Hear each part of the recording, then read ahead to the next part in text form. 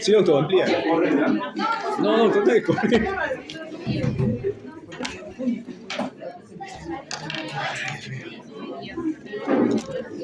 Bueno, continuando con la enfermedad renal crónica, el tema que nos falta es algo pequeñito, es que ni se desesperen, es algo básico, simple, que lo vamos a hacer después.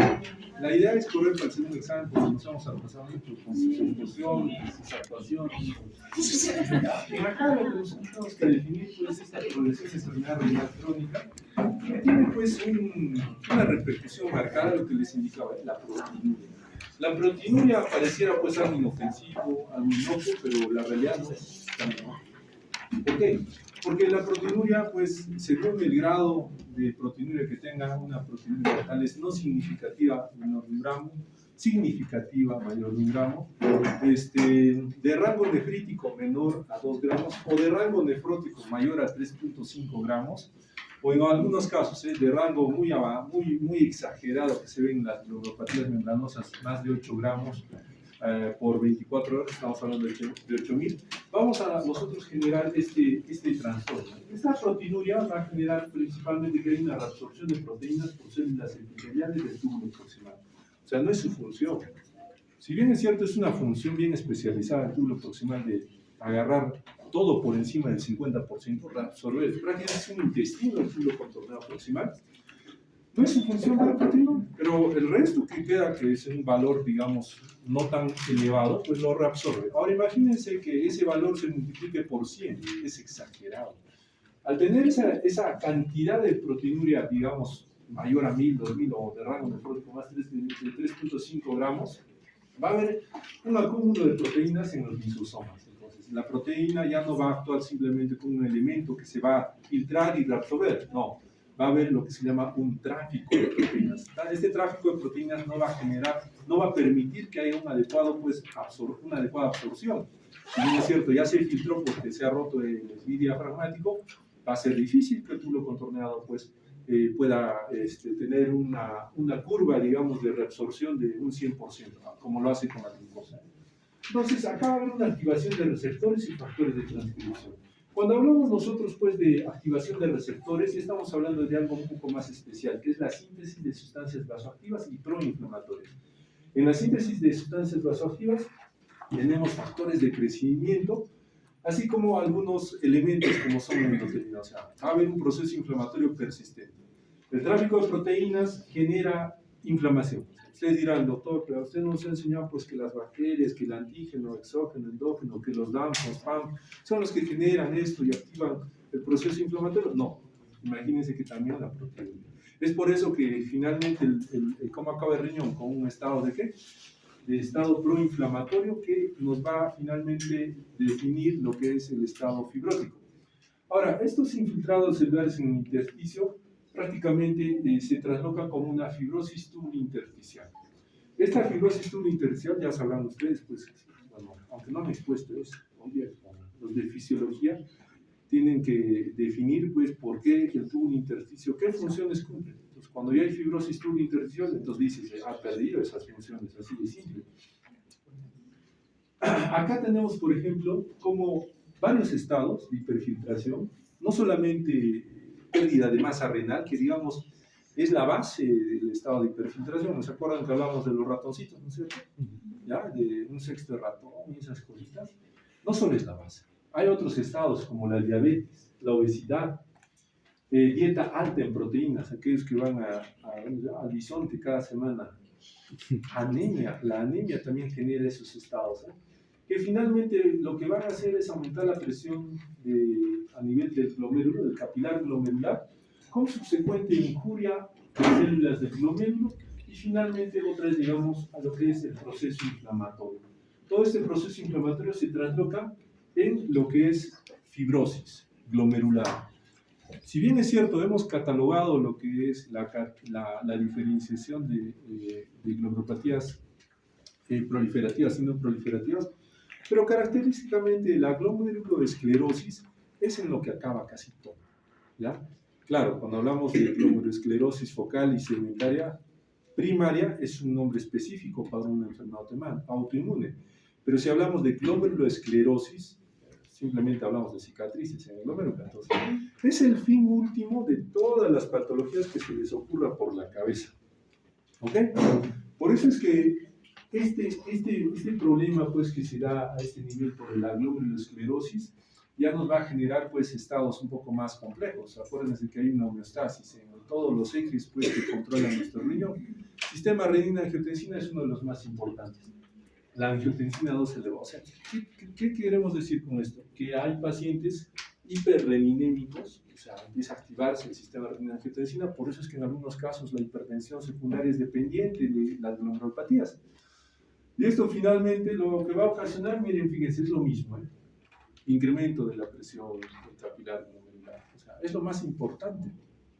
Y solamente hablando de este punto, en acá, podemos nosotros ver, pues, que al tener un círculo vicioso, y todo ocurre así, ¿eh? Todo en nuestro cuerpo ocurre por este círculo que no se puede controlar. Ustedes me dirán, doctor, ¿cómo aparece el cáncer? Muy simple, pues. Hay un proceso inflamatorio en el cuerpo, no se recupera, sigue la inflamación, cambian las células, y eso creo que lo estudian bien en gastroenterología, ¿eh? En la parte de la unión, ¿qué unión es la gastroesofágica? ¿Qué se produce en la metaplasia? La metaplasia, digamos, es un ejemplo clásico de lo que podría ocurrir con nuestro cuerpo si nosotros persistentemente no equilibramos estos sistemas. Es lo mismo del riñón. No equilibramos, va a llegar a inflamación, fibrosis. Y para nosotros, pues, lo más importante acá, dentro de la nefrología, es ver esto. ¿Quién está generando esta proteinuria? ¿Por qué se genera la proteinuria? ¿Cuál es el factor que está prácticamente haciendo que todo esto progrese a un daño un poco mayor? Sabemos que tenemos que llegar a estos diagnósticos. O sea, acá es bonito poner los diagnósticos y decir hiperfiltración. Pero diferente es cuando tú estás en la clínica y haces el estudio y solo ves proteinuria. Es como ser investigadores al revés, ¿eh? O sea, tienes acá el examen de laboratorio y tienes que llegar acá. Lógicamente, entendiendo la fisiopatología que está ocurriendo en caso del paciente. Es así como se da la medicina. La medicina se da por el curso que estamos llevando, que es signos, síntomas, semiología en general, asociado a laboratorios. Entonces, el que ustedes aprendan a interpretar eso les va a llevar a un éxito de tratamiento. Si ustedes no saben interpretar, muy simple, van a hacer pues los típicos, mira, la ecografía dice que tiene cálculos, y ustedes, amén, no es así. Tienen que ustedes hacer una disquisición mental, ¿para qué? Para que, por favor, celulares están, ¿qué pasa? Puede ir afuera si quiere a chatear. Puedes ir afuera a chatear si estás... No, doctor, no, disculpe, no le estaba resolviendo lo de mis prácticas. Sí, tienes que poner atención. Están invitados, chicos, a salir afuera si tienen alguna actividad. Acuérdense que ya hemos dicho que ustedes son universitarios, no son colegiales. Entonces, la idea de acá, porque después, por favor, no quiero que se quejen, no va a ocurrir lo que, como una vez ocurrió en un semestre, pero doctor, usted nos ha tomado un examen que nunca nos ha explicado. ¿Cómo? ¿Por qué así? No estaban en sus diapositivas. Y yo le digo, ¿no asistes a clases? No asistía a clases. Pues. Entonces, es fácil reclamar cuando hay solo diapositivas y nadie entiende. Pero lo que avanzamos en clases, mucho de lo que avanzamos se toma en el examen. Por eso es importante que estén atentos, ¿ya? Acá tomen en consideración que tenemos estos estados, pero también pues tenemos algunos estados en los cuales pues este nefrón ya ha generado pues una lesión, digamos, ya de nacimiento, o una lesión predispuesta, o una lesión que ha sido finalmente pues secundaria a una noxa. Imagínense, acá tenemos enfermedades, ¿no es cierto?, que progresivamente pueden generar esta patología, pero hay otras que son adquiridas. Entonces ya no estamos hablando simplemente pues, de cuestiones pues, particularmente de una u otra enfermedad, sino de una gama de enfermedades que nos van a generar este problema, una disminución del número de nefrones. Como les dije, desde un recién nacido pretérmino que no ha llegado a desarrollar prácticamente ni embriológicamente el total de glomérulos, hasta pues alguien que haya tenido una alteración o afectación intraútero del sistema urinario. Es a eso a lo que nos enfrentamos. Ustedes dirán, Y doctor, ¿cómo sería el caso? O sea, imagínense, estamos en nefrología clínica, no están haciendo pediatría todavía, estamos en la parte de general de adultos. Imagínense que un adulto, ya que ustedes ven en la diálisis, pues que lastimosamente está ya pues en una condición crítica, que necesita un apoyo para poder sobrevivir. Imagínense lo mismo en un niño recién nacido, ¿no es cierto? Un añito de edad, no es un añito de edad, recién nacido, o sea, un día de edad. Un día de edad que no tenga riñones, que prácticamente intraútero haya tenido pues un metabolismo, más que todo apoyado por la madre, pero cuando apenas salga, no tiene riñones. ¿Qué se hace en ese niño? Justamente es el mismo mecanismo, el mismo efecto que pueda tener, claro, un pequeñito, que nosotros tenemos que empezar a definir y tratar de corregir, digamos, esta alteración que se da a esa edad.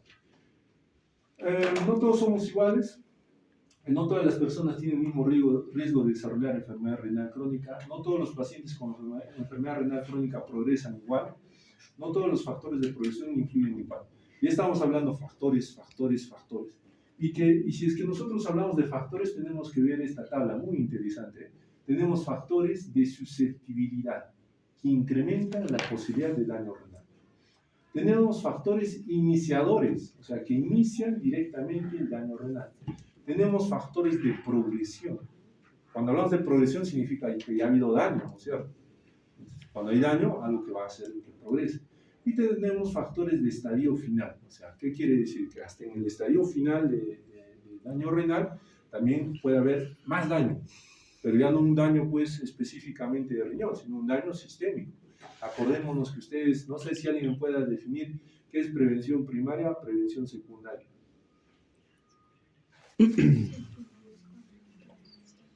Ustedes hacen ese curso, ¿eh? Promoción y prevención. Más adelante, creo. Pero prevención primaria no podría ser antes de la enfermedad, y prevención secundaria como que el tratamiento adecuado para que no... ¿Y prevención terciaria? ¿Qué sería? A ver. Bueno, la razón está bien, o sea, no está tan fuera de lugar, ¿eh? ¿Por qué les hablo de prevención primaria, secundaria y terciaria? Como dice, la primaria, antes de... Evalúo un grupo de jóvenes acá y digo, bueno, están en medicina, ya los médicos, digamos, son de alto nivel y van a ser sometidos a estrés, ¿eh? Entonces hay que prevenir, ¿eh? ¿Cómo podemos prevenir que estos jóvenes pues caigan en un problema mayor? Tengo que explicar. Viene un psicólogo y les habla, ¿eh? La viejita y esas cositas. No sé, y les dice que, bueno, la situación, pues, de cada persona siempre hay que hacer diferentes descansos, ritmos, una lectura más óptima, evitar celulares, etc. Estoy previniendo. Una prevención primaria, una población en riesgo respecto a tal vez al Estado mismo de estar prácticamente sometiéndolos a un sobreesfuerzo. Bueno, sobreesfuerzo, ¿ya? Y una prevención secundaria, digamos que de todo este grupo, pues, digamos, sí, qué pena, ¿eh? 5 personas, pues, lastimosamente no pudimos prevenir, ya tienen trastornos ansiosos, no descansan, no duermen, toda la noche están despiertas, ya están con el celular 24 horas al día, prácticamente han alterado su sistema, su economía corporal, ya tienen un diagnóstico CIE-10 psiquiátrico, digamos, ¿eh?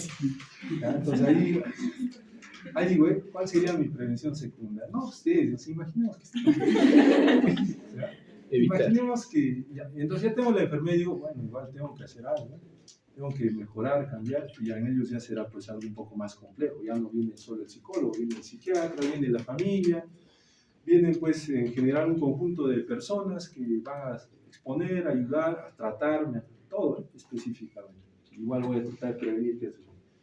Y bueno, de este grupo de 5, pues una de ellas pues es la máster, no entendió, no era solamente ansiosa, era esquizofrénica, ¿verdad? Esquizofrénica, y prácticamente pues se puso mal, grave, se hizo daño, lesión y todo. Entonces en el daño, lesión y falta tal vez de tratamiento y manejo, no consume, falta de tratamiento porque no consumen los pacientes, no se dan cuenta. Entonces ahí digo, ya va a tener alteraciones, va a tener complejos, puede correr su riesgo de vida, ¿no es cierto? Puede atacar a alguien. Entonces ahí yo tengo que aplicar algo un poco más, las lesiones que ya genera la enfermedad. sea, las consecuencias secundarias que ahí hablo de prevención terciaria. Es lo mismo acá cuando hablamos de este punto, factores de estadio final, o sea, cuando ya es un enfermo renal crónico terminal, ¿qué me puede generar que este paciente fallezca, en otras palabras?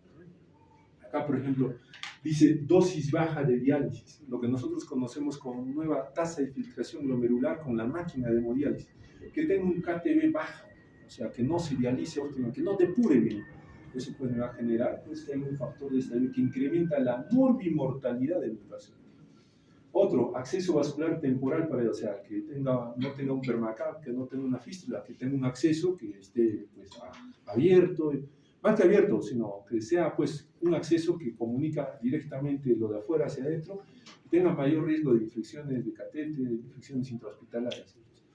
Acá, pese a que el paciente ya tiene daño, yo también tengo que ver anemia, hiponemia, que tengan que ver calcificación vascular o enfermedad mineralosa. ¿Por qué? Porque ya son comorbilidades propias de la enfermedad que pueden aumentar mi riesgo de morbimortalidad. ¿Por qué les explico esta parte? Porque lo demás se entiende, pues, ¿no es cierto? Es muy simple, miren, factores de susceptibilidad. O sea, cuando el paciente es susceptible, va a incrementar la posibilidad de daño.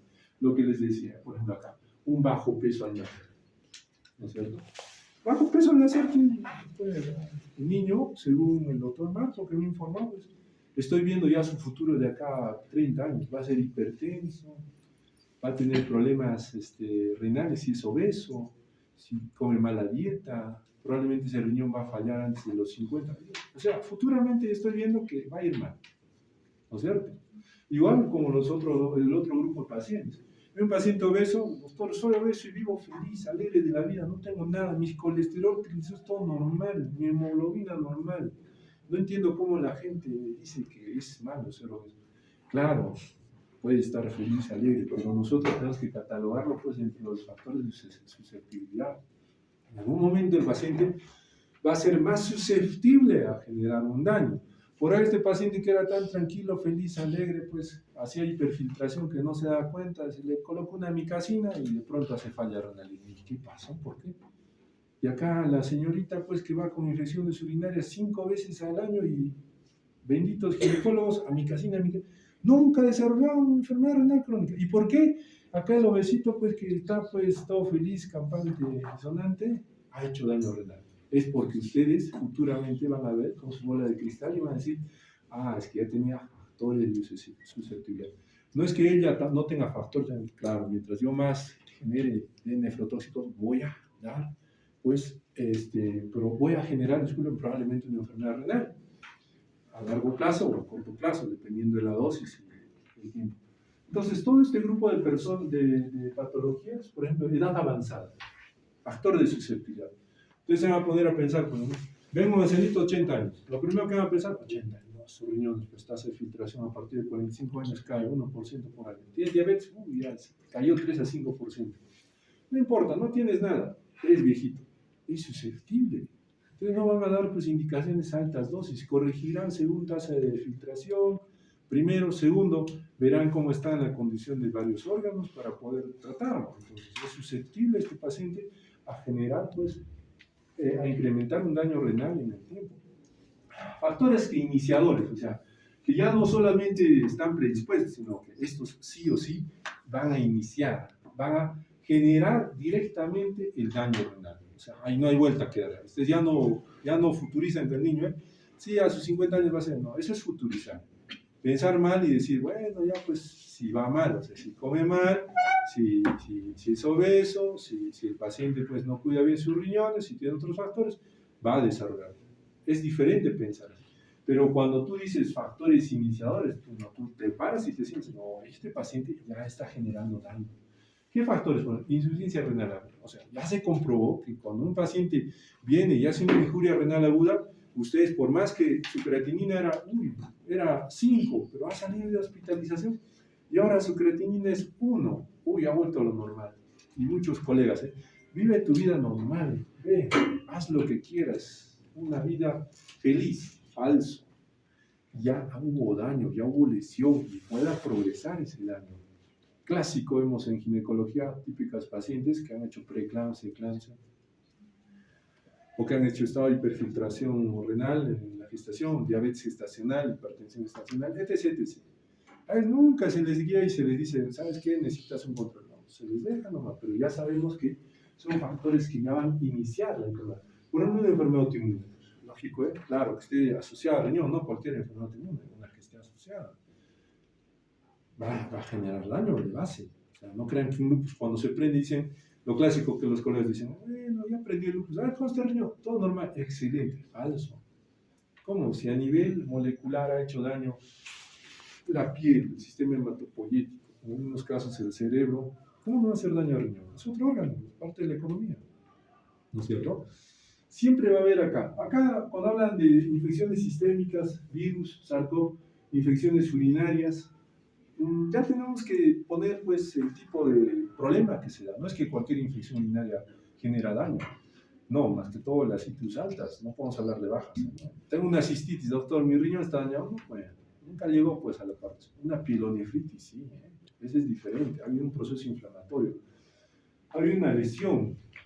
Miren, nefrotóxicos, ahí lo que estábamos hablando de los aminoglucósidos, o sea, que he puesto amicacina 5 veces, eso es como dispararte un arma, pam, pam, pam, 5 veces en un año, y tú ni te has dado cuenta, tú estabas feliz ya se de la infección urinaria, pero no te diste cuenta que el que sufrió o al que dispararon fuera el riñón, y eso genera daño. Entonces los nefrotóxicos a la cabeza tienen que estar pues con ustedes supervisados y diciendo, cuidado, cuidado, cuidado, a quién doy, cómo doy y a qué dosis doy. No es simplemente dar por dar. Bueno, y así podemos hablar de todo. Hipertensión, diabetes, igualito. Mira, arriba y abajo están. Factores de progresión, o sea, factores que empeoran el daño. O sea, acá yo tengo que cortar estos factores, ¿para qué? Para que, pues, cuando un paciente, pues, ese estadio 1 al 5, pues, para que no progrese, entonces yo tengo que empezar a ver qué está pasando, por qué se están generando estos problemas. Miren, una hipertensión arterial mal controlada, ¿va a hacer que progrese? ¿Cuántos pacientes no vienen? Clásico, doctor, ¿sabe qué? Me he puesto mal, se me hincha el pie. El año, ¿de cuánto tiempo estás viendo? Un año, doctor. Un año, ¿qué habrá hecho de su vida?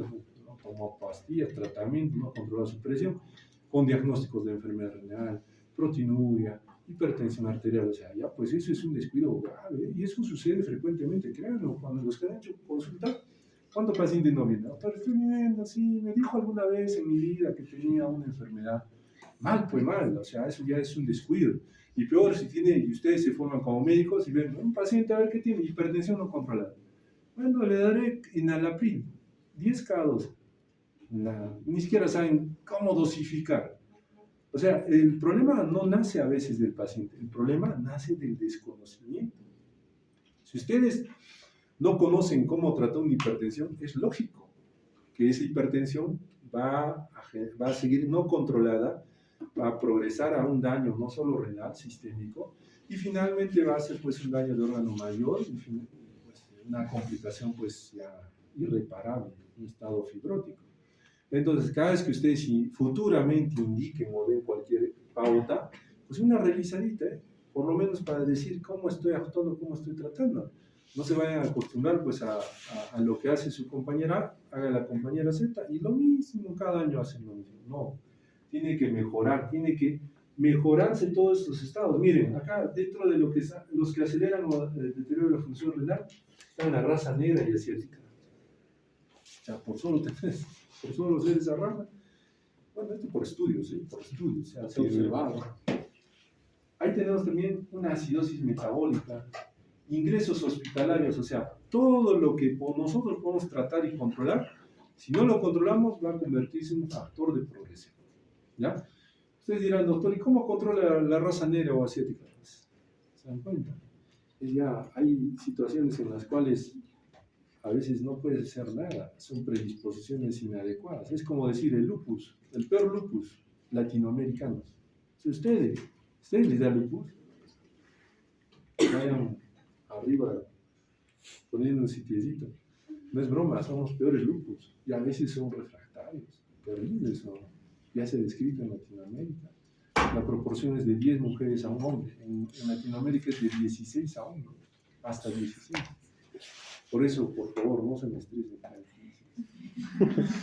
Le estoy dando hasta el día 13 de martes 13. Para que no se estrese. Para que no se estrese. ¿Ya? Para ese día, para y el 15 va a ser el segundo examen. Lupus todos. Lupus. Son cogen. Entonces, es bonito saber esta tabla. ¿Por qué? Porque a veces ustedes no entienden a los especialistas. Hay especialistas, les hablan, les comunican y después dicen, oye, el doctor es un genio, mira, ya sabía lo que iba a ocurrir. No es que ya sabía, es que dentro de la bibliografía ya se describe, ya se sabe cuál es, digamos, la historia natural de la enfermedad en algunas condiciones y qué se debe de hacer, ¿ok? Ese es un factor, es algo muy bueno. Entonces, acá pues un resumen de todos los factores. Ahí tenemos modificables y no modificables. Este factor no modificable, edad no puedes modificar, sexo, creo que ahora sí, Más bajo peso al nacer difícil, son no modificables. Entonces los factores no modificables, pues hay que ir contra ellos, o sea, es difícil con decirles que el lupus, por ejemplo, si da a menor edad, es peor, la mortalidad es alta. Y entre varón y mujer, si es varón, adiósito, horrible es. ¿Se dan cuenta? Ya se sabe eso. Y si ya se sabe, entonces ustedes tienen que analizar y pensar, doctor, sabe que tengo un niño de 2 años, varón, con lupus, severo, refractario de tratamiento. Ya fue. No, no es que ya fue. Tú tienes que decir, ya, dentro de tu clínica, estos son severos. Agarrarás lo último con estudios. Harás una campaña internacional para que apoyen pues con un tratamiento de última generación. En el peor de los casos, no todos se comportan al mismo grado, a veces hay respuesta. Ahí, como le dicen, el milagro de Dios. Es mal el factor, pero de pronto le das y va bien. Y es que en el factor inmunológico no solo interviene el tratamiento, interviene su genética.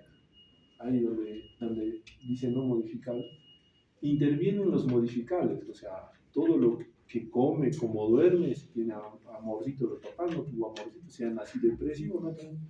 O sea, es un mundo el paciente. Créanme, por ejemplo, bueno, investigué algo de esto, las mamás depresivas, o sea, que durante su gestación andan mal, oye, el bebé, mucho riesgo para problemas psiquiátricos. Está descrito. Hasta eso, imagínense. O sea, ya está descrito. ¿Y qué debe hacer uno? Pues, mínimo, básico, tener una buena salud mental, por lo menos en esa etapa. Aunque es difícil. Es difícil porque hay unos cambios terribles, hormonales y paternales. ¿Ya? Entonces, frente a esto, hay que nosotros ver pues, qué podemos modificar, qué es difícil de modificar, qué problemas ya son inherentes ya a un daño renal. Y siempre tenemos que valorar esto. La hiperfiltración y la proteinuria nos van a generar progresión. Hiperfiltración y proteinuria. Bueno, hay varios estudios ya que nos van a reafirmar lo que estamos hablando. Los dos a la cabeza, la proteinuria y la hipertensión mal controlada, sí o sí dañan. Se ve en la clínica. Y a veces los pacientes se maravillan cuando les tratas eso. Les tratas, empiezan a sentirse mejor. Claro, les dura un par de meses porque después otras vuelven al desorden de su vida. Otras caen. Pero agarrar factores higiénicos, dietéticos óptimos es difícil, créanme. Ustedes, a ver, plantéense de acá, hacemos un estudio a triple ciego. Para ustedes, no. ¿Ya? Deportes. ¿Ya? Un mes de máquinas. Van a llegar, pues, probablemente unas 2, 3 personas. El resto va a abandonar. No es su hábito. ¿No es cierto? Así de simple es. Y eso trasloquen a una población como del Cusco. De 1.300.000, díganle, ¿sabes qué? No comas comida procesada. ¿Cuántos cumplen? Imagínense cómo es esa lucha que se tiene que tener con la parte de salud en contra, digamos, de la insalubridad que se vive actualmente. Es bárbaro. Ustedes mismos, a su paciente, sí, no coman chichas. Fin de semana, don Lucho. De condición, ¿no? No comas hamburguesas. Están en el demo, ¿no es cierto? Es interesante y gracioso cómo somos los humanos. Consecuencias. Síntomas. Bueno, hay que tomar en consideración pues que esta adaptación de este riñón no es evidenciada. Hemos visto que de los 5 estadios 1, 2, 3, 4 y 5, a partir del estadio 3, recién se encuentra ya alteraciones. Ya empieza a haber algo de anemia, algo de alteración mineral ósea, hay algo de hipertensión, hay algo de elevación de la disminución de la tasa de filtración, ¿no? Claro, la tasa se disminuye, pero es más evidente que hay retención de toxinas. Entonces, lo cual resulta pues en que es asintomática. Como les dije, de todos ustedes, pues, habrá uno. En toda su universidad los 10, no digo de medicina, los 10 así, que están apuntándose a futuro a esto. ¿Por qué? Porque es silencioso. Y lo peor de una enfermedad silenciosa es pues que tenga consecuencias bárbaras. Te enteras, ¿eh? Te digo 3 recién te enteras. ¿Y por qué? Y es que, por ejemplo, se dice que cuando ya perdió más del 70% de función renal, yo les dije 50, ¿no? La creatinina se eleva cuando ya se perdió más del 50%, así, más del 50%. Yo no puedo decir 55.5, no, no, digo más del 50 porque se ha visto en esto. Acá nos aclara y nos dice que por lo menos ya con 70% de función renal, ya es evidencia, es evidente. Acá, los que orinan de noche, la poliuria y la licturia, que se levantan, tranquilo, atiendo la clínica, salud y vida renal. De noche no va a venir, ¿sabe qué? El temita este que nos habló, pues, poliuria y licturia. O sea, lo que hay es una disminución de la capacidad de la concentración de renal. Ya, entonces no concentra, pues, orina. La poliuria es lo primero que aparece. Claro, muchos pacientes tercos, ¿no? Ya te están dando la enfermedad. No, doctor, es que toma harta agua.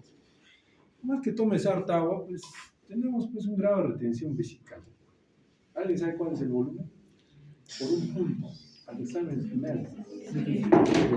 Volumen vesical. Presento trampa. ¿Quieres preguntar a Cecilia? Sí. Responde la pregunta. ¿No es un litro y medio, no, doctor? Anatomía, esta es una anatomía virtual. Esa es la fascia de Gerota que nos ha preguntado. Anatomía virtual. Futuro cirujano, por favor. Cirujano. No se equivoquen en pierna, ¿no? Por lo menos diferencia entre la izquierda y derecha. Oh, no le agarré copita.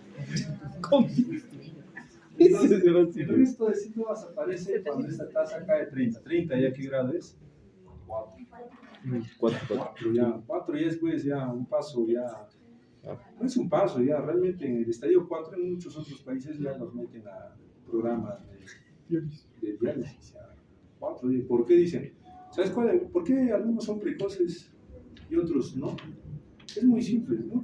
Algunos son precoces y dicen, mira, si yo le ayudo de estadio 4, le meto hemodiálisis acá a la paciente, voy a conservar su función renal. Voy a ayudar a ese riñón a que no se deteriore. ¿Ya? Y otros dicen, no, espera, aguanta.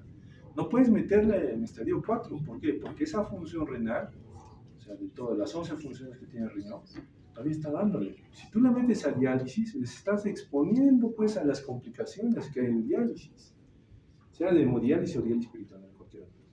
Estás predisponiendo a que el paciente tenga procesos pues infecciosos, complicaciones intraprocedimiento, ¿qué dirían de eso?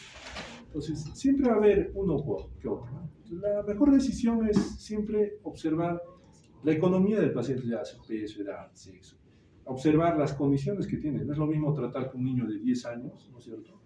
10 años, que un ancianito de 90 años, ¿no? No es lo mismo. Al de 90 tiene una tasa de 30, digo, ¿sabes qué? Vive feliz, viaja por el mundo. ¿Por qué? Porque 30 o 20 pues son suficientes para su metabolismo. No ocurrió nada, probablemente, claro, si se exacerba en carnes, dieta o tiene alguna complicación, va a ir mal, ¿eh? Pero a un niño que tenga pues una tasa de 20, pues ya es mucho cuidado, ahí sí hay que plantear un tipo de manejo y tratamiento. Sin embargo, dice, con una tasa de filtración de menor a 60, ya está produciendo alteraciones bioquímicas, lo que les dije, estadio químico, ¿cierto? Entonces, eso es lo que nos importa, las alteraciones bioquímicas. Muchos de ustedes cuando han rotado han visto, el paciente viene tranquilo, doctor, vengo feliz, alegre y contento. ¿Qué ha pasado? Vengo por dolor. ¿Ya? Y sabemos pues que casi el 90% de dolor no es de causa renal, ¿ya? Pero lo bueno es que viene, ¿ya? Y cuando empezamos a evaluarlo, pues encontramos A, B, C, D, E, F, G, H, I, J, o sea, problemas que el paciente ni por acá lo tenía en la cabeza. Entonces, ¿de qué depende que ustedes detecten de la A a la Z los problemas? De entender las patologías. Por ejemplo, acá si ustedes entienden y ya dicen, doctor, genera poliurinuria, y vean una señora, ¿cuál edad tiene? 65. ¿Qué tiene? Diabetes. ¿Cuántos años? 15. Uy, Dios mío. Señora, ¿orina de noche? Entonces, sí, me levanto 4 veces. Ya, o sea, ya con una pregunta no me estás ingiriendo que ya debe tener una patología. Ya está avanzado. Y decir, está avanzadito. ¿No? ¿Por qué? Porque ese riñón no concentra. Así nomás de simple. ¿Se dan cuenta? Así de simple ustedes pueden definir. Van a crear casos clínicos. Vamos a ver cómo resuelve. Así de simple. Una pregunta de hace años. Ya voy a poner esta pregunta. Clásica. Gestante de 26 años. Primigesta. 7º mes de gestación. Acude con proteinuria de 280. Opción A. Indique la patología. Opción A. Paciente con glomerulosclerosis focal segmentaria. Paciente con proteinuria significativa. Opción C. Paciente con síndrome nefrótico. Opción D. Paciente con preeclampsia. Opción E. Paciente normal. ¿Qué tal? Así es el examen, por si acaso. Y es una pregunta fácil. Es como decir, oye, dime cuánto es 1 más 1. Porque los casos clínicos complejos son ya diferentes. Paciente con antecedentes, diabetes, hipertensión, enfermedad cerebrovascular, que al momento acude por hematuria, proteinuria, expectoración verdosa amarillenta, se evidencia por radiografía foco neumónico basal derecho. Al momento recibió tratamiento con imipenes, cefepime, ceftriaxona, no mejorando el cuadro, y en última instancia se observó cranocitos del 2%. Histopatológicamente, a veces, eso ya es un caso, ¿no es cierto? Es diferente. Pero esto que les he dicho es lo facilito. A ver, ¡votenla! Repita, doctor, por favor. Primigenia, 7º mes. Ni siquiera han puesto atención. Aquellos que han anotado tienen un punto. ¿Quién me dice todo el caso clínico?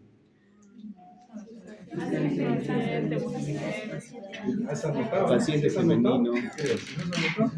Difícil. Su memoria, yo sé que su memoria a corto plazo está deteriorada. Corto plazo. A ver, ¿quién se anima? Ya, mira. Paciente femenina de 26 años, primera gestación. Me están llamando. La alerta. Es como para ir a descansar y evitar mi estrés con este día. 7º mes. No has llegado ni siquiera de la segunda línea. A ver. Presenta proteinuria de 280 miligramos por decilitro. Ya, ok, acá enfoque. Bueno, este es un enfermo renal crónico. Este es un enfermo renal crónico que lo primero que nosotros tenemos que ver es el daño sistémico. ¿Ya? Y es bonito para nosotros, feo para el paciente. ¿Por qué? Porque al ser un daño sistémico, nosotros pues tenemos amplias hemorragias. Lo que han alucinado en semio 1 se ve en nefrología. Sí, se observa, se palpa, se agarra.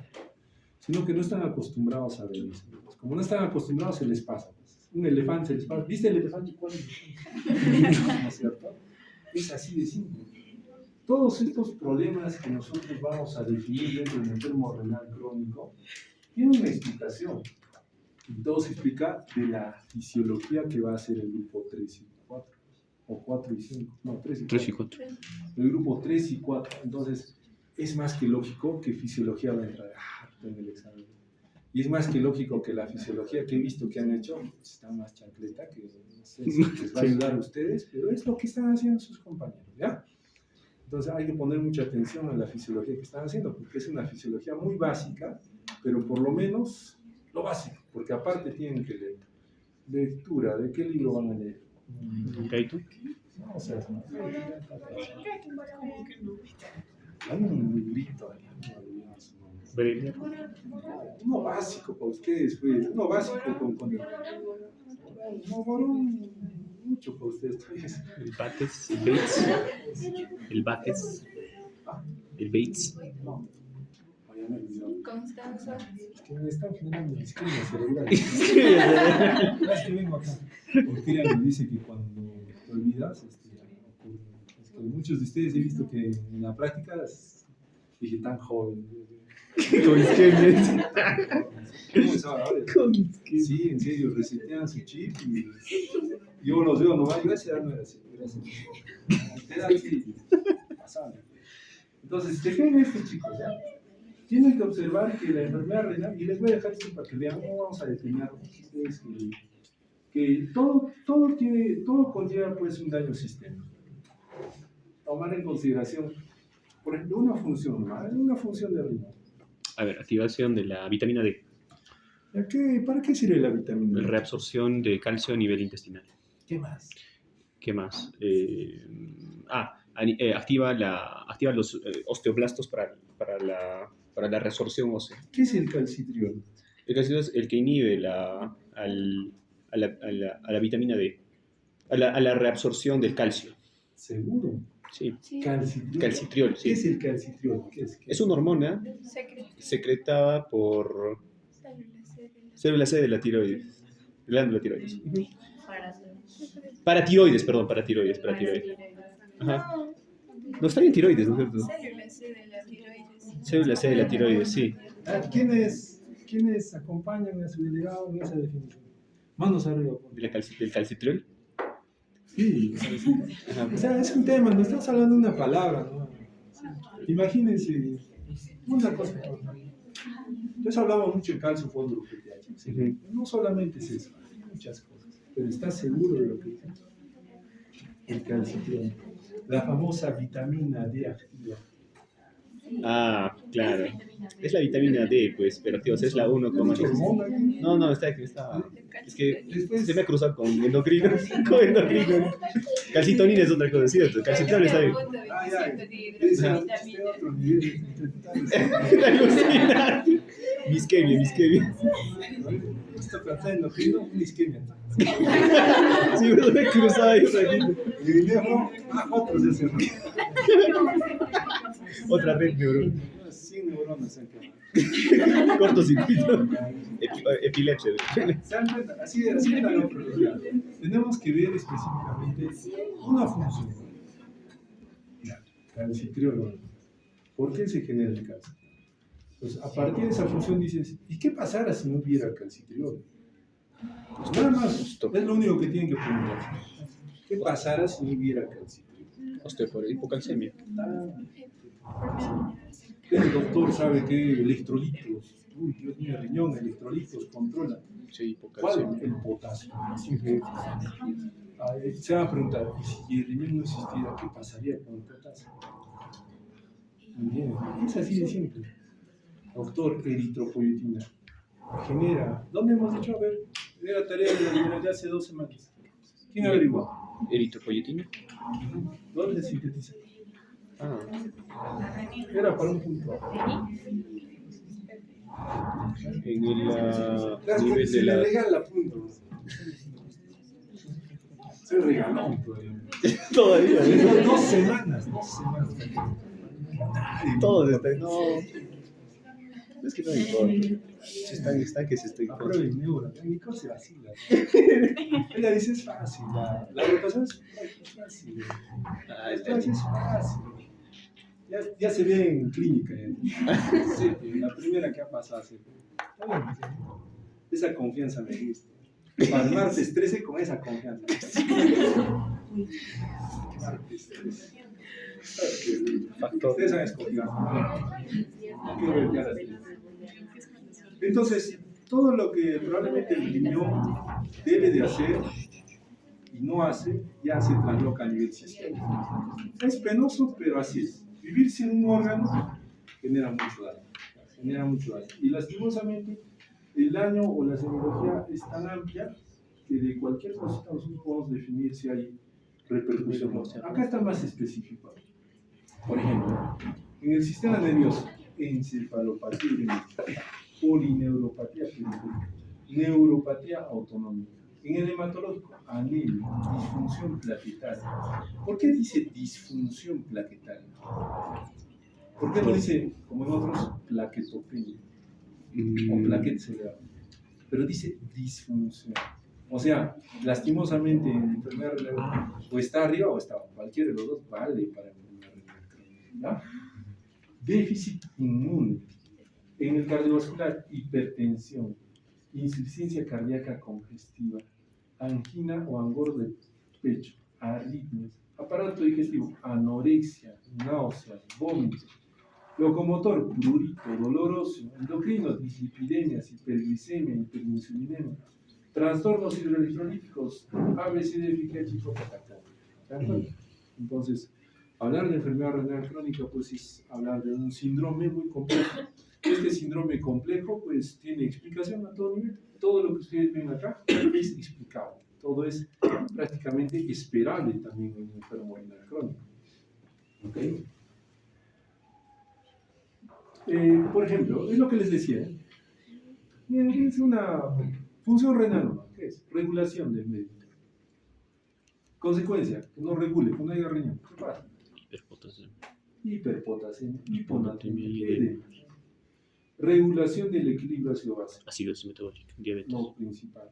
¿Por qué? Porque es un órgano netamente depurador de ácidos y generador de tampones. Entonces, también. Lo que estamos hablando, síntesis de la 1.25 de hidróxido de 3. ¿Qué genera? Control de fósforo. ¿Qué genera? Calcificación. Hiperfosfatemia. La hiperfosfatemia genera calcificación muscular. Hipercalcemia, hiperfosfatemia. Digo hiperparatiroidismo y hiperparatiroidismo Secundaria. Alteración del metabolismo óseo. Síntesis del cloto. Por eso son viejitos pues, nuestros pacientes. ¿Ya? O sea, el riñón sintetiza el cloto. Y es la nueva sustancia que están sacando para que rejuvenezcan. Creo que ya lo han descubierto, creo que ya lo han sintetizado también. Escritora, retención de toxinas. Entonces, esto que estamos observando, pues, tiene una repercusión un poco amplia. Entonces, vamos a... ¿Qué hora es? 5:28. 5:28. Ya, esto lo vamos a dejar para una segunda parte. ¿Ya? ¿Por qué? Porque ya hemos hablado de enfermedad renal crónica. Lo que vamos a hablar más pacientemente son de sus consecuencias de la enfermedad renal crónica. Pero para eso necesito que revisen muy bien un poco de fisiología. La exposición. La exposición que van a dar tiene que ver mucho, porque hay unos que están haciendo... Claro. Glomerular y tubular. Es que, ¿saben por qué les digo que su exposición del grupo 3 y 4 está facilitada? Porque no hablan nada de metabolismo de electrolitos. Son cosas pequeñas, no he visto. ¿Ya? Y en función tubular es amplio. Ahora, en función glomerular, pues también básicamente deberíamos de hablar de muchas otras cosas, que es más corto, pero por lo menos hay que ahondar en ese tema.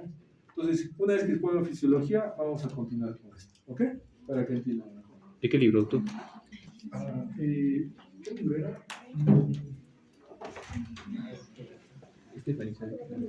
Bander, fisiología es Bander.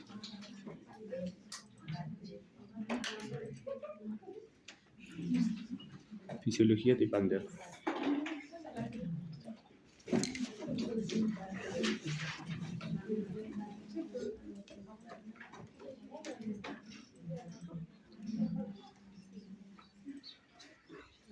Vamos a hablar un poco de injuria renal aguda para hacer una diferencia así veloz. En injuria renal aguda, específicamente hay que entender algunas cosas. Por ejemplo, una enfermedad renal crónica hemos definido es progresivo, es un daño progresivo y irreversible.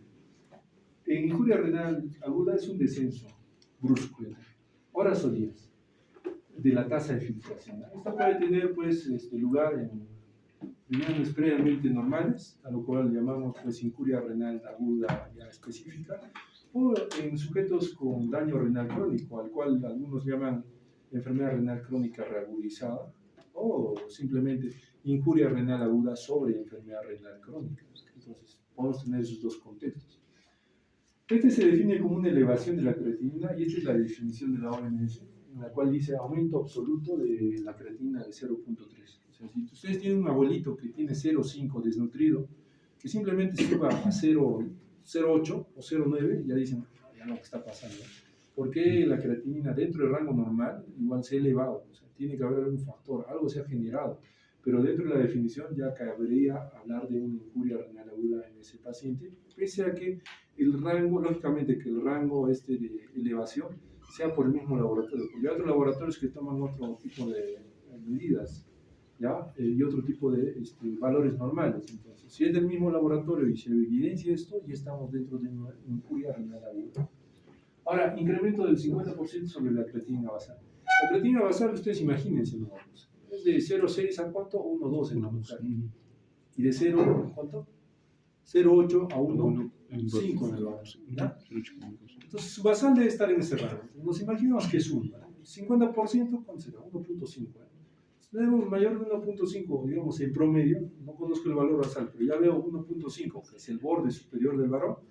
Si está en ese borde y es una mujer, es lógico que ya ha entrado en injuria renal aguda.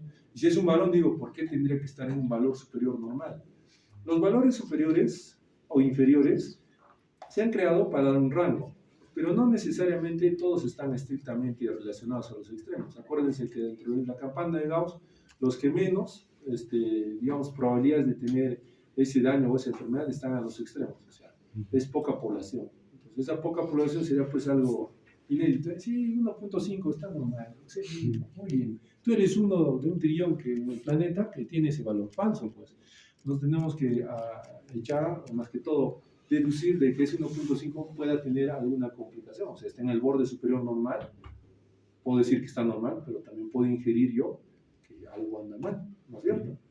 Por eso es que precozmente a veces dentro del laboratorio nosotros deducimos qué podría ocurrir o qué no podría ocurrir. Entonces, este incremento del 50% de creatinina basal es otro factor muy importante. Y el último es el descenso de la diuresis de 0.5 mililitros por kilogramo por hora, que ya sabemos sacar nuestro flujo urinario, ¿eh? A ver, ¿cómo se saca el flujo urinario? ¿Tu nombre, disculpa? Nayeli. Nayeli. Dime, Nayeli. ¿Tú qué estás estudiando ahora? Para el examen que iba a hacer hoy día. ¿Te acuerdas? No. Ya, a ver. Neurocercanas. No. ¿Te acuerdas? Filtrado glomerular, ¿cómo se saca? Todos se agachan. No me mire. A ver, acá el último. ¿Tu nombre? ¿Cómo? Jami.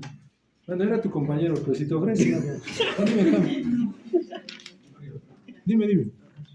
¿Te acuerdas? Por un total de orina, entre 1 menos creatinina. No. Ya. A ver, ¿quién se acuerda? Levante la mano. Sí. ¿Nada? Sí, excelente.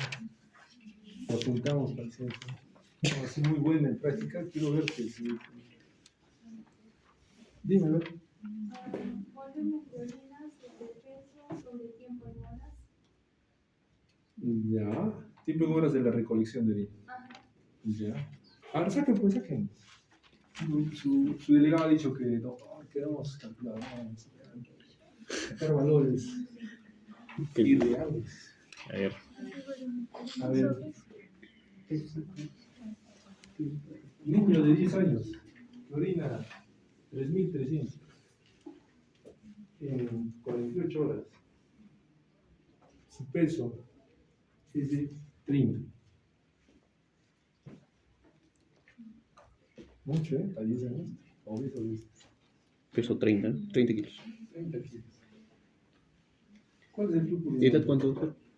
10 años. Pesa 30. ¿Cuánto hemos dicho el volumen? 3.300. 3.300 en 48 años.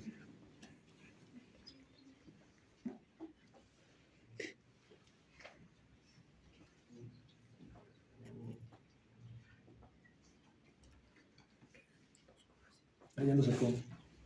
Sí. ¿Ah? No.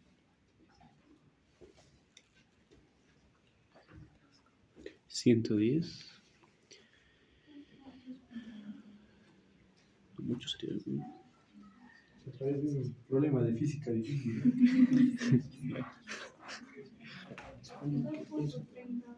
2.30, no sé. A ver. No, 2.2. 2.5, 2.3, 2.2, creo que estamos hablando del mismo valor, ¿eh? No creo que haya tanta diferencia. ¿Con calculadora aquí? ¿Con calculadora? Ya, ¿qué has dividido? 113. A ver, ¿cuánto es el volumen de dentro? ¿Entre qué? Entre 30. Y eso entre 48. ¿qué tal? ¿Sale o no sale? 2.5.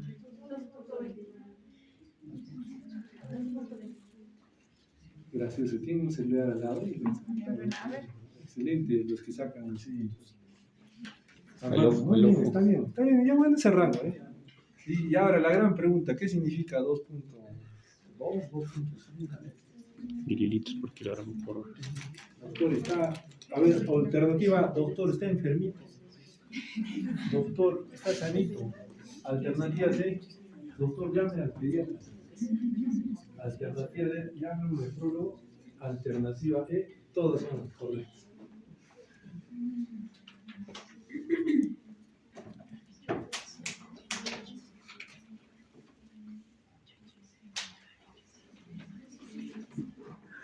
Doctor, pero usted dijo de 48 horas, ¿verdad?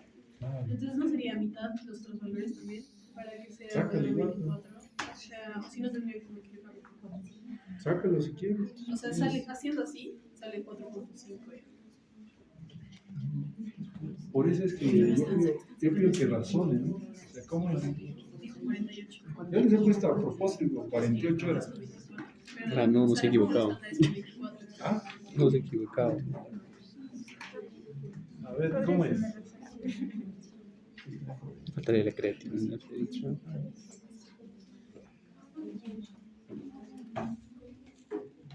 ¿Cuánto sale? Croco. Corrijan. Croco. ¿Está bien? ¿Está mal? Vamos a la creatinina. Oye, chicos, ya estamos 5 minutos, pero no es broma. Pensé que estaba bromeando.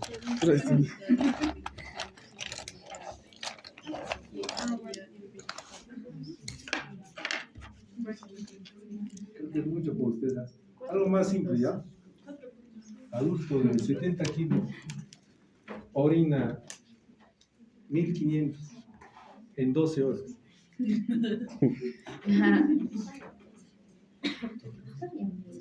Más simple no puede ser. Edad. Pues preocúpense, después del examen que han dado, ya no hacer esta Edad, división es muy trágico. Es un golpe. Edad, doctor. A mí, Edad. Edad, 35, 30 años. Sí, sí.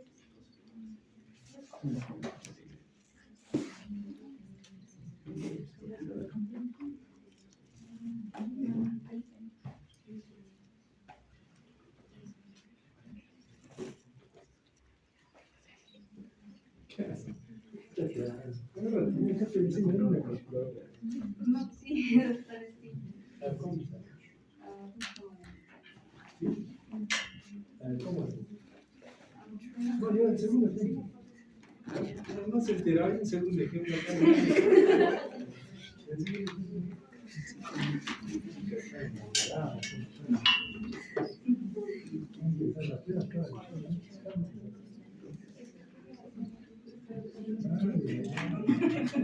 las enamoran.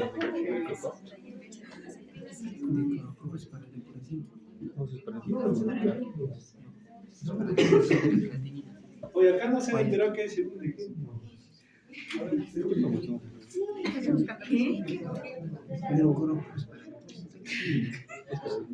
No, es para este, no es peso. Por eso tiene que por eso que no se está burlando. Por eso, edad, peso y diuresis.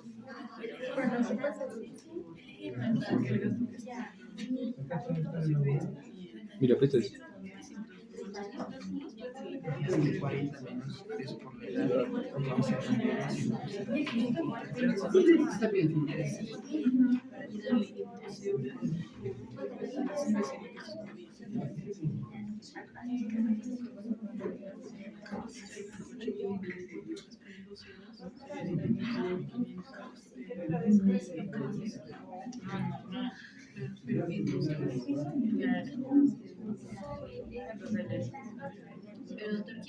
Pero mira, es fórmula.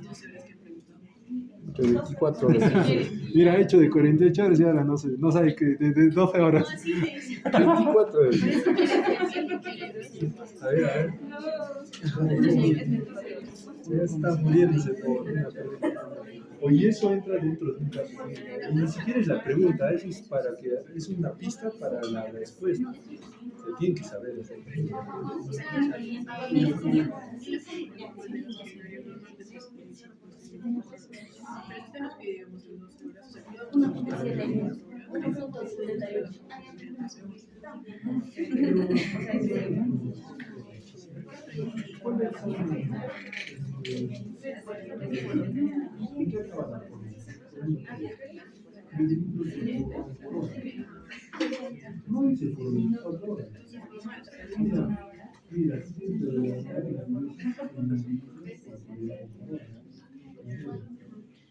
No estamos hablando de 24 horas, no tiene que transformar el valor en minutos.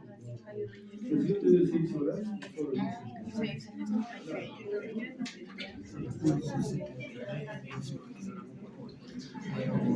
No sé, es normal. Tu código chequea consultor.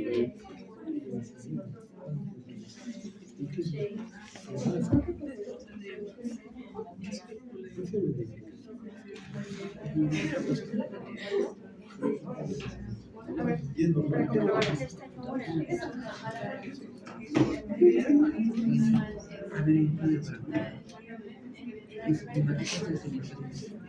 Y dos, ¿qué es? 10 años, 30 kilogramos, Ah, de acuerdo.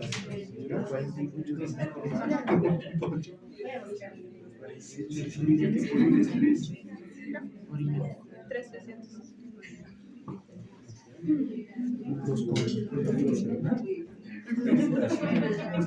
Sí.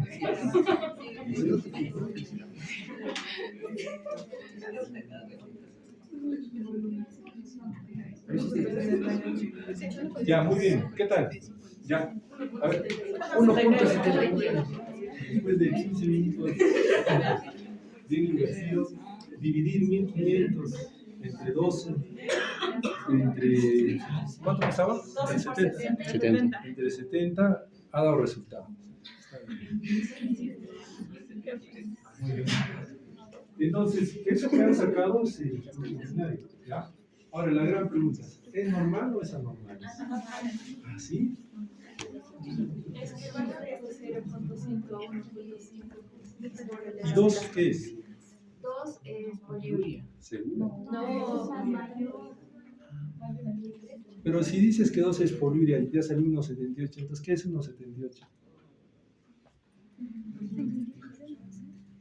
Por si acaso, poliuria sí es mayor a 3. ¿Anuria? Sonorina. ¿Cómo no? Ya, imagínense que ese valor le sale menor a 0.5. ¿Ya? Entonces, que ese valor les salga menor a 0,5 durante 6 horas, o sea, ustedes que tomen la diuresis de un paciente en 6 horas y hagan pues la conversión al flujo urinario, significa incuria renal aguda. O sea, todo lo que han hecho estos 20 minutos es para que entiendas eso que dice. ¿Ya? Ahora, ahí viene el problema es interpretar, es decir, doctor, ¿qué significa? Entonces, si me dice que ya menor a 0,5 es incuria renal aguda, debe ser un estado de oligoanuria o anuria. ¿Ya? Es raro, pero se le pone el nombre de anuria cuando es menos a 0,3. Oligoanuria cuando es menor a 0,5. ¿Ok? Muchos han dicho el valor normal es 0,8. El valor normal es 0,8. No 0,5. De 0,8 hasta... Bueno, Dependiendo. es el valor esperable, normal. Pero también, así como la medicina es compleja, pues yo tengo que entender esto pues en condiciones de mi paciente. Por ejemplo, si yo veo un paciente, alguno de ustedes, se viene al doctor, ¿saben que no orinó nada hoy día? Muy bien, ¿cuántos líquidos has tomado? Nada. 6 horas, hay que ver, 6 horas. Ustedes 6 horas hoy día. Están en clases, ¿eh? No orinó nada. ¿Estaré en anuria, oligoanuria? No, pues, no, solo por... Entonces, lo que hay que hacer es entender según el cuadro clínico, ¿ya? Entender los aspectos que conlleva pues, la patología. O que es diferente ver un paciente, viene crítico, perdió 2 litros de sangre, viene y dice, no, yo necesito saber su flujo urinario. ¿Cómo está? Le pongo una sondita y empiezo a esperar. ¿Cuántas gotas hace? No hace nada. Es porque ha habido un daño, un perjuicio a nivel hemodinámico y eso me va a permitir a mí definir que esa alteración hemodinámica está haciendo perjurio pues, a nuestro riñón. Digo, va a entrar, puede entrar en incuria renal. Y peor todavía, agarro esa orina, digamos, ha hecho 3 mililitros y lo examino, ¿ya? Y encuentro pues células tubulares, cilios, hialinos, encuentro hematuria, evalúo desde el punto de vista bioquímico y encuentro densidad. ¿Cuánto? 1050. Oh, Y pH en 8. Digo, alcalino. yo les doy ese ejemplo, ¿por qué? Porque es lo que hemos avanzado. O sea, de todo lo que hemos hablado es para esto, para comunicarnos y decir, ¿qué tal? ¿Qué pasó con el riñón? Ya no tiene solo un arma, ya no tiene solamente disminución del flujo urinario, ¿no? Estás pensando pues, en células, estás pensando en la bioquímica, estás pensando en la clínica. Entonces, de todo eso recién sacas una conclusión. El paciente sí está en incuria renal aguda, pero tienen que explicarlo ustedes, pues.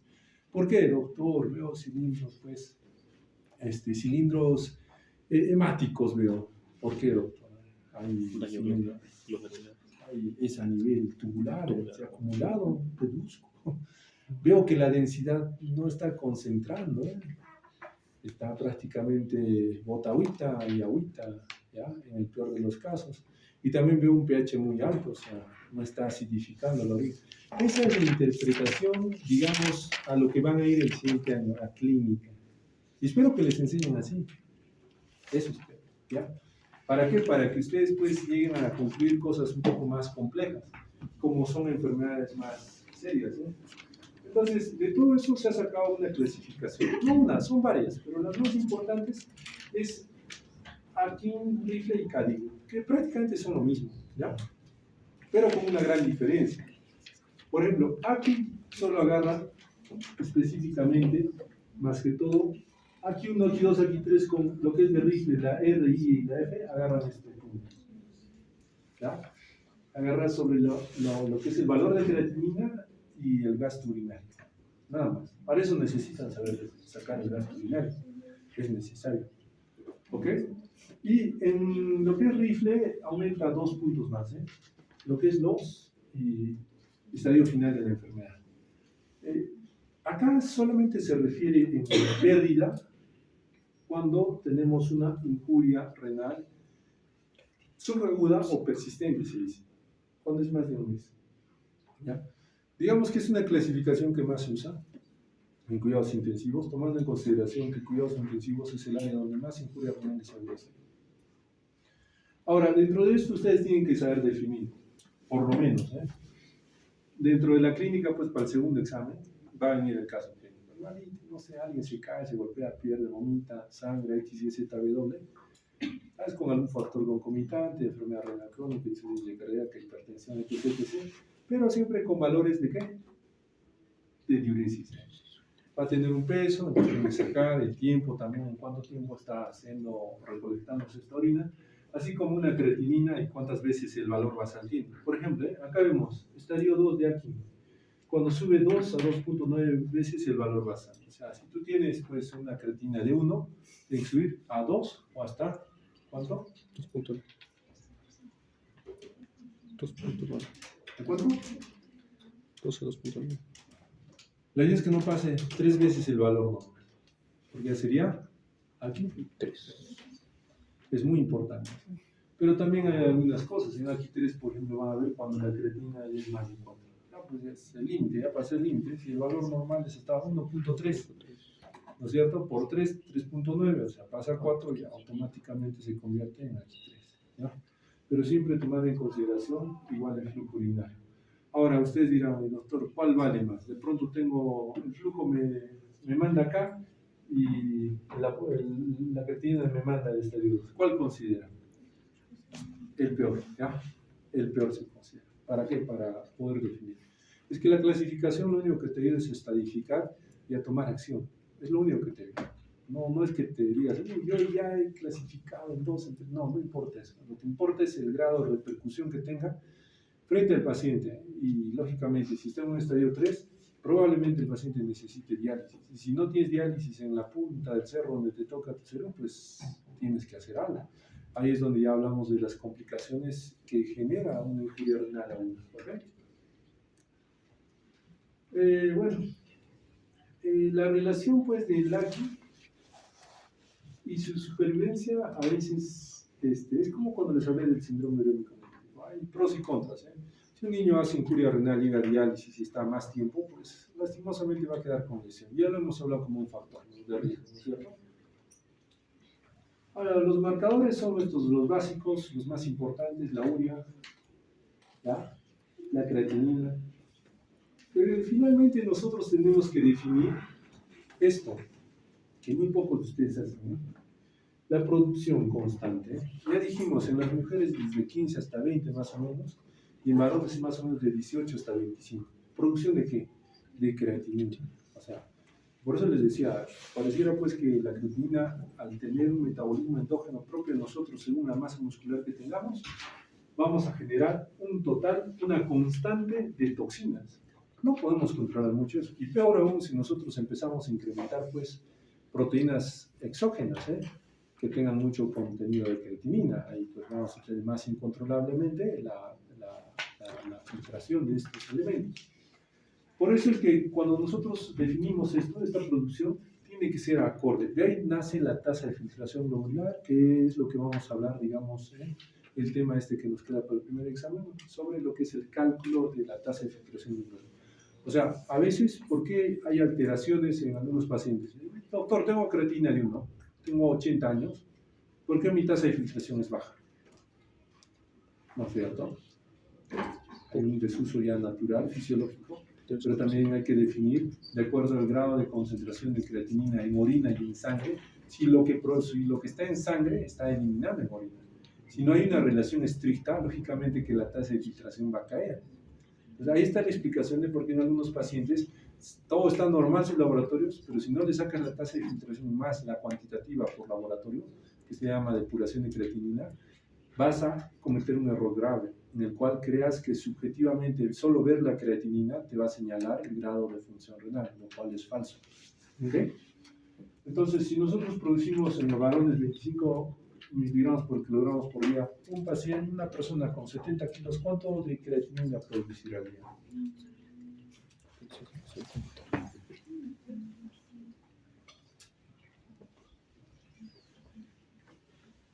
1750. 1750. Ahora, denle con el 15. De una mujer.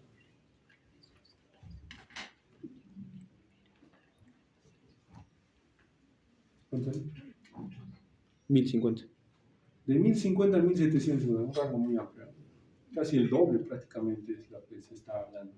Por eso es que en los varones, pues específicamente, hablar de la creatinina es hablar de la cantidad de masa muscular. En varones es más que en las mujeres, ¿no es cierto? Entonces, desde ese punto ya resulta ser, pues, digamos, un marcador no tan adecuado para estandarizar, digo, en general. Y hay algunos factores que nosotros tenemos que agarrar para poder tener un buen cuantificador o un buen marcador de función renal. Ahora, acuérdense que esta creatinina se filtra y se secreta en el túbulo proximal. ¿Ya? Entonces, esta situación de que se secreta en el túbulo proximal, pues nos da, digamos, una alteración un poco inadecuada para medir la filtración, porque también tiene función tubular. Lo más óptimo para medir la tasa de filtración glomerular es de que solamente se filtre por el glomérulo, no se absorba ni se secrete por el túbulo. Entonces, esto nos da pues indirectamente a conocer que no es un cuantificador, digamos, al 100% óptimo, pero por lo menos, fíjense que el grado de secreción que se da pues es un poco baja, el 15. Entonces, hay correcciones que se tienen que hacer según, digamos, en este caso, el grado de tasa de filtración glomerular. ¿Qué quiere decir? Que si tienes una tasa de filtración que te ha salido por encima de 60, probablemente sea, no es que sea confiable, no, digo, que sea un poco más confiable el cálculo de depuración de creatinina por corcofidado. Pero si tienes una tasa de filtración menos de 60, tienes que utilizar escalas un poco más específicas, como es el MDR o el CKD. ¿Ok? Entonces, esta secreción tubular de creatinina aumenta en situaciones de incuria renal hasta un 30%. Ya, entonces, ya, más que lógico que un enfermo renal que tenga una tasa menos de 60, no puedes aplicar corcofidado. Tienes que aplicar otras cosas, MDR o CKD. Está bloqueada por algunos medicamentos que habitualmente se dan, por el espironolactona, pues se da dentro de eso, entonces puede bloquear y aumenta la creatinina plasmática sin cambios en la filtración glomerular. La idea es que nosotros tenemos que llegar a este nivel, el nivel de aclaramiento de creatinina, que prácticamente se resume pues específicamente en lo que es la función glomerular. Y fíjense acá, hay un comparativo de la creatinina urinaria sobre la creatinina plasmática. Por eso es que nosotros tomamos como base la orina de 24 horas, porque en esa orina de 24 horas tenemos que medir la cantidad de creatinina que hay, de acuerdo a la creatinina plasmática que tiene. O sea, se ha podido depurar todo en 24 horas, pero siempre correspondiendo a lo que es un volumen. Nosotros le llamamos volumen minuto, ¿ya? Ya tienen que estar investigando, por favor. Ya que les sorprende. Ahí ponemos esos términos, y eso lo vamos a hablar en fisiología. Vamos, calcula el volumen minuto. ¿Qué cosas? ¿Cómo se come? ¿Con mayonesa? No, chicos. Tienen ustedes que entender que en el caso de la incuria renal aguda tenemos parámetros de uricreatinina. ¿Ya? Ya les dije, la creatinina resulta muy bueno ¿para qué? Para clasificar aquí. Resulta muy bueno ¿para qué? Para clasificar enfermedad renal crónica, según estadios. La creatinina es muy buena. Pero la urea específicamente es más aún mejor en los enfermos renales crónicos, por la relación que les expliqué de la célula y el paso de el elemento tan pequeñito que es difusible entre el intra y el extracelular. Entonces, acá nos importa la creatinina. La urea solamente, más que todo, para cuantificar cuánto de toxemia tengo que hacer. Se dice valores más de 180, ya necesita diálisis. Valores más de 300, ya genera encefalopatía. Entonces, esos valores son malos, inadecuados, en el cual el paciente ya necesita pues, un tratamiento un poco más exhaustivo. Esto deriva pues, a los marcadores de lesión renal, así como los marcadores de incuria cardíaca, tenemos marcadores de lesión renal, pero más específicos. Por ejemplo, marcadores en orina. ¿Qué quiere decir? Que los detectamos en orina. Sacamos la orina y tenemos que medir y decir, está en incuria renal aguda. Tenemos, por ejemplo, proteínas filtradas y no reabsorbidas por un túbulo dañado. ¿Quiénes son esos marcadores? Son las cistatinas y la beta-2 microglobulina. Son dos marcadores que se pueden utilizar, digamos, si los cuantificamos, ¿ya?